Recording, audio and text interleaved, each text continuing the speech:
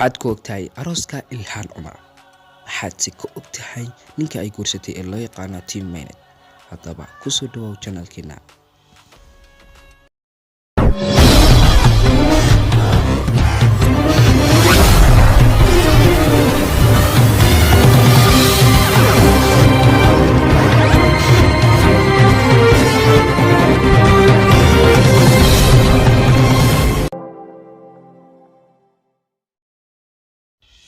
xildhibaan Ilhaan Cumar oo ka tirsan golaha aqalka cad ee Congress-ka ayaa waxay shaacisay in ay guursatay, waxayna ku soo qortay Instagram-keeda taas ay ku soo qortay waxaan lamaane ku ahaa siyaasadda balse hadda waxaan lamaane ku nahay nolosha.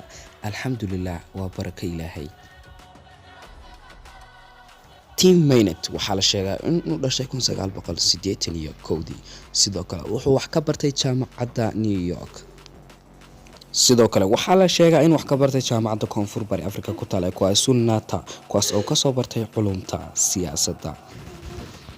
waxaana jaamacadda ka soo qalin jabiyay 2003. sidoo kale wuxuu la soo shaqeeyay intaa wixii ka dambeeyay hay'adda loo yaqaano Alias.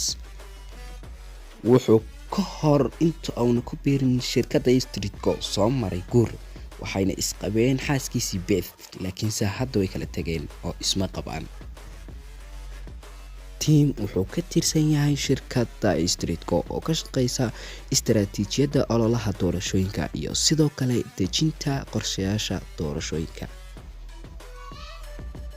waxay guddiga doorashooyinka sheegayaan in ay Ilhaan Cumar lacag dhan $230,000 uga deeqday shirkadda uu ka shaqeeyo Team Maynet. wuxuu sidoo kale la soo shaqeeyay siyaasiyiin laga soo doortay Minnesota oo ay ka mid tahay Kate Wilson oo ay hayso booskeedii hadda Ilhaan Cumar.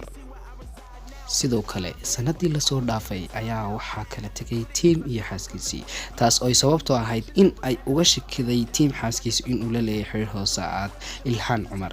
taas kadibna waxaa dhacday in ay ka dalbato in uu furo Team.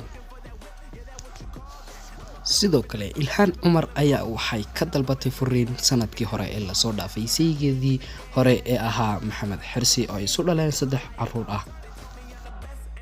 ugu dambeyn waxay soo gudbisay dacwad ah in ay hesho sharci ilaalinaya caruurteeda ama meel loogu hayo caruurteeda in ay hesho.